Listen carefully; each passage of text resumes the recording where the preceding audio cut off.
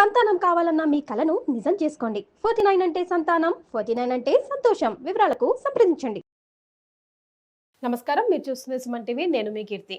August 8వ తారీఖు వరలక్ష్మి వ్రతం వస్తుంది కదా. మరి దేవుడి గదిని ఎప్పుడు శుభ్రం చేసుకోవాలి, చిత్రపటాల్ని ఎప్పుడు క్లీన్ చేసుకోవాలి, అలాగే వరలక్ష్మి వ్రతం రోజు తప్పకుండా మనం ఇంటికి తెచ్చి పెట్టుకోవాల్సిన సామాగ్రి ఏంటి, పూజా విధానం ఎలా ఉంటుంది, ఒకవేళ ఏ గురువుగారు కానీ అవైలబుల్లో లేకపోతే సింపుల్గా పూజా విధానాన్ని మనం ఇంట్లోనే స్వయంగా ఎలా చేసుకోవాలి, ఇలాంటి ప్రశ్నలన్నింటినీ నివృత్తి చేయడానికి మనతో పాటు ప్రముఖ ఆస్ట్రాలజర్ బ్రహ్మశ్రీ నందిబట్ల శ్రీహరి శర్మ గురుగారు ఉన్నారు. నమస్తే గురుగారు. వాగర్థావివ సంపృక్తౌ వాగర్థ ప్రతిపత్తయే జగతః పితరౌ వందే పార్వతీ పరమేశ్వరౌ. ఆదిత్యాయ చ సోమాయ మంగళాయ బుధాయ చ గురుశుక్రశనిభ్యశ్చ రాహవే కేతవే నమః. శృంగేరి జగద్గురు పీఠాధిపతులకి, కంచిపీఠాధిపతులకి నమస్కారములు తెలియజేసుకుంటూ కార్యక్రమాన్ని ప్రారంభిద్దాం. గురుగారు, ఈసారి వచ్చే శుక్రవారం అంటే పౌర్ణమికి ముందుగా వచ్చే శుక్రవారం రోజు వరలక్ష్మి వ్రతం అవుతుంది. 3వ వారం అవుతుంది. శ్రవణ నక్షత్రంతో కూడుకుంది అనేగా మనం చెప్తున్నాం కదా. మరి ఈ రోజు ముఖ్యంగా మనం పూజ చేసుకోవాలంటే ముందుగా ఎలాంటి ప్రిపరేషన్ చేసుకోవాలి? ముందుగా వీక్షించేటువంటి మహిళామణులు ప్రేక్షకులందరికీ కూడా వరలక్ష్మి వ్రత శుభాకాంక్షలు.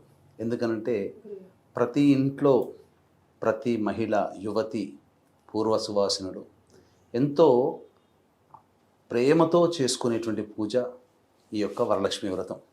శ్రావణ మాసం అంటేనే వరలక్ష్మి వ్రతం అన్నట్టుగా చేసుకుంటుంటారు. ప్రతి ఇంట్లో లక్ష్మీ పూజ చేసుకుంటారు. కారణం ఏంటంటే వాళ్ళ ఇంట్లో సుఖభోగాలు అన్నీ ఉండాలి, లక్ష్మీ స్థిరంగా ఉండాలి అనే ఉద్దేశం. అయితే ప్రధానంగా ఈ యొక్క సంవత్సరం విశ్వావసునామ సంవత్సరంలో వచ్చినటువంటి వరలక్ష్మి వ్రతము చాలా ప్రత్యేకమైనటువంటిది. గురుగారు, అంటే చాలా సందర్భాలలో మనం చూస్తున్నట్లయితే పౌర్ణమి ముందు వచ్చే శుక్రవారం ఉన్నప్పుడు ఏ అష్టమికో ఏ దశమికో పడుతుంది, అంతే కదా. అవునండి. కానీ సాక్షాత్తు పరమేశ్వరుడు అనుగ్రహించినట్టుగా పౌర్ణమి అదే రోజు అయింది, శుక్రవారం కూడా అయింది. అదేవిధంగా మరి యొక్క విశేషం ఏమిటంటే అమ్మవారి జన్మ నక్షత్రం ఉత్తరాషాఢ నక్షత్రం అని అంటుంటారు. అమ్మవారి జన్మ నక్షత్రం చతుర్దశి కలిసినటువంటి రోజు. మధ్యాహ్నం 1 గంట తర్వాత 3 గంటల తర్వాత చతుర్దశి వెళ్ళిపోతుంది. శ్రవణ నక్షత్రం కూడా వచ్చేస్తుంది. అంటే నారాయణుడి యొక్క జన్మ నక్షత్రం పౌర్ణమి కలిసి వచ్చినటువంటి సమయం గురుగారు. కాబట్టి చేసుకోదలిస్తే ఉదయం పూట సంబంధించినటువంటి వాళ్ళు ఉదయం పూట చేసుకోవచ్చు. సాయంకాలం ఉపవాసం ఉండి సాయంకాలం చేసుకోవాలి అనుకునే వాళ్ళు సాయంకాలం చేసుకోవచ్చు. ఏ సమయం శ్రేష్టం గురుగారు అసలు? అయితే శుక్రవారం కాబట్టి 6 గంటల 1 నిమిషాలకి సూర్యోదయం అవుతుంది. కాబట్టి 6 గంటల 27 నిమిషాలకి మిథున లగ్నం వెళ్ళిపోయి కర్కాటక లగ్నం వస్తుంది. కాబట్టి పొద్దున్నే 4 గంటలకల్లా లేచి బ్రహ్మ ముహూర్తంలో 3 గంటలకైనా లేచి కాలకృత్యాదులన్నీ తీర్చుకొని ఇల్లంతా శుభ్రపరచుకొని, శుక్రవారం రోజే శుభ్రపరచుకోవాలంటారు. అది సూర్యోదయం అయిన తర్వాత శుక్రవారం కిందికి వస్తుంది. మనం పొద్దున్నే లేస్తాం కదా, శుక్రవారం కిందికి రాదు. కాబట్టి పొద్దున పూజ చేసుకోదలిచినటువంటి వాళ్ళు ఆ విధంగా చేసుకొని చక్కగా ఆ ఇల్లంతా కూడాను పవిత్రముగా చూసుకొని అప్పుడు 6 గంటలకి అంటే పూజా సామాన్లన్నీ కూడా దగ్గర పెట్టుకొని 6 గంటలకి దీపారాధన చేసి గణపతి పూజ చేసుకొని చక్కగా పూజ ప్రారంభించుకొని నైవేద్యం వరకు పూజ చేసుకోవచ్చు. నైవేద్యం అనేటువంటి, ఎందుకంటే చాలామంది వరలక్ష్మి వ్రత కథ పుస్తకాలు తెచ్చుకొని దాని ప్రకారం చేసుకుంటుంటారు. అయితే ఆ నైవేద్యం వరకు చేసుకొని అప్పుడు ఆ నైవేద్యం అన్న సందర్భంలో ఏ పండో ఏదైనా కానీ దానిమ్మ పండు సమర్పించి అప్పుడు ఇంట్లో ఆడవాళ్ళు వంటింట్లో ఉన్నటువంటి పదార్థాలతో అమ్మవారికి ఇష్టమైన నైవేద్యాలన్నీ కూడా తయారు చేసుకొని అప్పుడు ధూపదీప నైవేద్యం మళ్ళీ మహాప్రసాదం ఇచ్చి వరలక్ష్మి వ్రత పూజ చేసుకోవచ్చు. ఓకే, దీపారాధన సమయం ఆ టైంకి అట్లీస్ట్ చేయగలిగితే ఉదయాన్నే బాగుంటుందంట. దీపారాధన చేయాలి, పూజ కూడా చేసుకోవచ్చు, తప్పులేదు, ప్రారంభించుకోవచ్చు. నైవేద్యం అనేంత క్రతువు వరకు చేసుకోవచ్చు. లేదా సాయంకాలం చేసుకుంటాము అని అంటే ఉపవాసం ఖచ్చితంగా ఉండాలి. ఉండి పొద్దున పూటంతా అమ్మవారికి సంబంధించినటువంటి విధానంగా నైవేద్యాలన్నీ ప్రిపేర్ చేసుకొని సాయంకాలం 5 గంటలకి పూజ ప్రారంభించాలి. ఎందుకనంటే అప్పుడు ధనుర్లగ్నం ఉంటుంది. లగ్నాన్ని గురు శుక్రులు చూస్తుంటారు. ఉదయం పూట 6 గంటలకి ప్రారంభించుకుంటే మిథున లగ్నం, లగ్నంలో గురు శుక్రులు ఉంటారు. కాబట్టి ఆ సమయానికి ఉదయం పూట సాయంకాలానికి 5 గంటలకు ప్రారంభిస్తే ధనుర్లగ్నం, 5 గంటల 19 నిమిషాల వరకు ధనుర్లగ్నం ఉంటుంది. 5 గంటలకు ప్రారంభం చేసుకుంటే సుమారు 7 గంటలకల్లా వరలక్ష్మి వ్రతం అంతా అయిపోతుంది. 7:30 కల్లా కూడా అందరికీ వచ్చిన వాళ్ళకి వాయినాలు ఇవ్వడం అవన్నీ చేసుకొని 8-9 కల్లా భోజనం చేయొచ్చు. ఆ రోజు ఉపవాసం లేదా ఆ రోజు ఉపవాసం ఉండవచ్చు. ఈ విధంగా సమయంలో చేసుకుంటే చాలా మంచిదమ్మా. ఎందుకనంటే సమయం చాలా ప్రధానం, లగ్నం ప్రధానం, చేసుకునే పూజా విధానం. చాలామంది ఉదయం 9 గంటలకు అట్లా చేసుకున్నారు అనుకోండి, లగ్నంలో సింహ లగ్నంలో కేతు ఉంటాడు, తర్వాత 10 గంటల తర్వాత కన్యా లగ్నం వస్తుంది, లగ్నంలో కుజుడు ఉంటాడు. అది అంత శుభమైనటువంటి సమయం కాదు. చేసుకుంటారా ఉదయం 6 గంటలకి ప్రారంభించుకోండి, లేదంటారా సాయంకాలం 5 గంటలకు చేసుకోండి. మధ్య సమయాలు మాత్రం ఆ లగ్నాలు ముహూర్తాలు సరైనటువంటిగా లేవు. గురుగారు, ఒకవేళ ఇప్పుడు శుక్రవారం వరలక్ష్మి వ్రతం కాబట్టి ముందు రోజు కానీ మేము ఎలాంటి ప్రిపరేషన్ అంటే తప్పకుండా ఈ సామాగ్రి తెచ్చుకొని పెట్టుకోండి రెడీగా, ఏవి మిస్ అయినా మిస్ అవ్వకపోయినా ఇవి మిస్ అవ్వకండి అని చెప్పడానికి? ప్రధానంగా ఈ వరలక్ష్మి వ్రతం చేసుకునేటప్పుడు ఖచ్చితంగా పూర్వం నుంచి వస్తున్నటువంటి ఆచారం అంటే ఏదైనా కానీ అమ్మవారి రూపు కొత్తది కొనుక్కునేవాళ్ళు. ఇప్పుడు 2-3 గ్రాములు బంగారం కొనాలంటే 30,000 పెట్టుకోవాలి. అంత శక్తి స్తోమత అందరికీ ఉండదు కదా. కాబట్టి చిన్నది అమ్మవారిది ఏదైనా వెండిలోనైనా పర్వాలేదు, లేదా బంగారు రూపంలోనైనా చిన్నదైనా కానీ, వెండిలోనైనా కానీ, రాగి ప్రతిమనైనా కానీ పెట్టుకోమన్నది శాస్త్రం. కాబట్టి కొత్తది కొనుక్కొచ్చుకొని అప్పుడు దాని తర్వాత ముఖ్యంగా కలశం పెట్టుకునే ఆచారం ఉంటే ఖచ్చితంగా కలశం పెట్టుకోవాలి. కానీ కలశం అనేటువంటిది పెట్టుకునే సందర్భంలో పూర్వం నుంచి వస్తున్నటువంటి ఆచారం ఏదైతే, ఇవన్నీ కూడా మనకు ఈ ఆచారాలు ఆ వస్తువులు చెప్పబడ్డవి ఎప్పుడు కృతయుగం కాలం నాటికి సంబంధించినటువంటివి. కృతయుగం అంతా బంగారం తప్ప వేరే ఇనుమే లేదు అసలు అక్కడ. కానీ రాను రాను బంగారం చాలా డిమాండ్ పెరిగిపోయింది కదమ్మా. కాబట్టి ఆ కాలంలో బంగారు కలశాలు పెట్టుకున్నారు. అప్పటి ఆచారం ప్రకారం కలశాలు పెట్టుకోమన్నారు. శక్తి ఉన్నవాడు బంగారు కలశం ఈ యొక్క దాంట్లో అంబానీ లాంటి వాళ్ళు తప్ప ఎవరు పెట్టుకోలేరు. కాబట్టి వెండి కలశము మ్యాక్సిమం ధనవంతులు, లేదంటే ఇత్తడి కలశం, లేదంటే రాగి కలశం, లేకపోతే కనీసం మట్టితో చేసినటువంటి మృణ్మయ కలశమునైనా పెట్టుకోవాలి. ఎందుకంటున్నానంటే రాగి కలశం పెట్టుకుంటే చాలా బెటర్. ఎందుకంటే ఆ కలశ పూజ చేసిన తర్వాత కలశముతో సహా ఆ యొక్క బ్రాహ్మణుడికి, ఇంటి బ్రాహ్మణుడికి దానం ఇవ్వాలి. అందుకని పెట్టుకునే కలశం ఏదైతే ఉంటుందో, రాగి కలశం పెట్టుకొని పూజ చేసుకునే కలశం మామూలుగా ఏదైతే ఉంటుందో అది మీ ఇంట్లో ఆచారంగా వచ్చే కలశాన్ని పెట్టుకోవచ్చు. సో కలశంలో మనం పెట్టినప్పుడు ఖచ్చితంగా అందులో వాడాల్సిన ద్రవ్యాలు ఏంటో చెప్పండి గురు. అంటే కొంతమంది బియ్యం వేస్తారు, కొంతమంది నీళ్లు, పసుపు, అక్షితలు, పువ్వులు వేస్తారు. అట్లాగా అంటే కలశంలో ప్రధానంగా మొట్టమొదటి సుగంధ ద్రవ్యములు ఉండాలి. అంటే జాజికాయ, జాపత్రి, పచ్చకర్పూరము, తర్వాత యాలకులు, లవంగాలు, వట్టివేళ్ళు, తర్వాత ఈ జవ్వాది, ఈ అష్టగంధములు, ఇవన్నీ కూడా కలశంలో వేసి నీళ్లు పెట్టుకునే ఆచారం ఉంటే ఆ నీటిలో ఇవన్నీ వేయాలి. వేసి అప్పుడు కలశంలో ముఖ్యంగా మామిడాకులు కానీ, మోదుగాకులు కానీ, రావి ఆకులు కానీ, లేదా తమలపాకులు కానీ, లేదా తులసి ఆకు పత్రములు కానీ కలశంలో పెట్టుకొని నిండుగా ఆ కలశంలో కొబ్బరికాయ పెట్టుకోవాలి. పెట్టుకొని పూజ చేసుకోవాలి.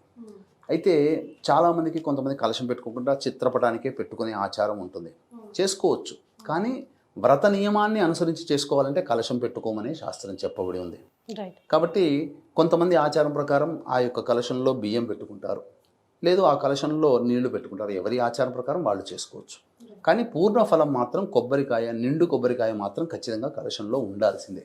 అప్పుడే సంపూర్ణమైనటువంటి ఫలాన్ని పొందుతాం. ఆ కొబ్బరికాయని తర్వాత ఏం చేయాలి గురుగారు? ఇంకో విషయం, ఇక్కడ కలశానికి సంబంధించి శుక్రవారం కదపొద్దు అంటారు కదా, మరి ఎప్పుడు కదపాలి, ఏ సమయంలో కదపాలి, అది కూడా చెప్పండి. తప్పకుండానమ్మా. అంటే వీక్షించేటువంటి ప్రేక్షకులు కూడా చాలామంది ఈ వరలక్ష్మి వ్రతాన్ని చేసుకుంటూ ఉంటుంటారు. కాబట్టి దీనికి తోబాటు అమ్మవారి అనుగ్రహం ఇంకా విశేషంగా హోమ రూపంలో జరిపించుకున్నట్లయితే బాగుంటుంది కదా అని ప్రతి మహిళ, ప్రతి యువతి, ప్రతి వ్యక్తి కూడా ఆలోచిస్తున్నారు. కాబట్టి దీన్ని దృష్టిలో పెట్టుకుని మన పీఠం ఆధ్వర్యంలో 8వ తారీఖు రోజున రాత్రి 9 గంటలకి, ఇంతకుముందు వీడియోలో మనం చూసాం 16 షోడశ లక్ష్మీ దేవతల యొక్క ఆవాహన. కాబట్టి షోడశ లక్ష్మీ హవనము, లక్ష్మీ మూలమంత్ర సంపుటిత లక్ష్మీ సూక్త హవనము, అలాగే దశమహావిద్యల్లో లక్ష్మీ స్వరూపంగా భావించబడే కమలాత్మికా దేవి యొక్క హోమము, వీటితో పాటుగా మేష, మిథున, కర్కాటక, సింహ, కన్య, వృశ్చిక, ధనస్సు, కుంభ, మీన రాశుల్లో జన్మించినటువంటి వారికి సర్వదోష నివారణ పూజలు, హోమాలు అనేటువంటివి జరిపించడం జరుగుతుంది. ఈ కార్యక్రమంలో పాల్గొనడం ద్వారా పిల్లలకి విద్య, వివాహము, చక్కటి దాంపత్యము, అలాగే ఉద్యోగ సమస్యలు, రుణ బాధలు, ఆర్థిక బాధలు, అనారోగ్య సమస్యలు ఇవన్నీ తొలగి సుఖశాంతులతో ఉంటారు. ఈ యొక్క కార్యక్రమంలో నమోదు చేసుకున్నటువంటి వాళ్ళకి అమ్మవారికి ప్రీతికరమైనటువంటి పూజ చేసినటువంటి తామరమాల మీకు ఇవ్వడం జరుగుతుంది. కేవలం 41 మందికి మాత్రమే అవకాశం. సాయంత్రం 8వ తారీఖు 6 గంటల లోపల మీ గోత్రనామాలు నమోదు చేసుకునే ప్రయత్నం చేయండి. ఇక ఈ అమ్మవారికి సంబంధించినటువంటిది శుక్రవారం నాడు పూజ చేస్తాం కాబట్టి శుక్రవారం నాడు కదపకూడదు. కాబట్టి మరి ఎప్పుడు కదపాలండి అని అన్నప్పుడు ఇక్కడ కొన్ని నియమాలు అనేటువంటివి ఉన్నాయమ్మా.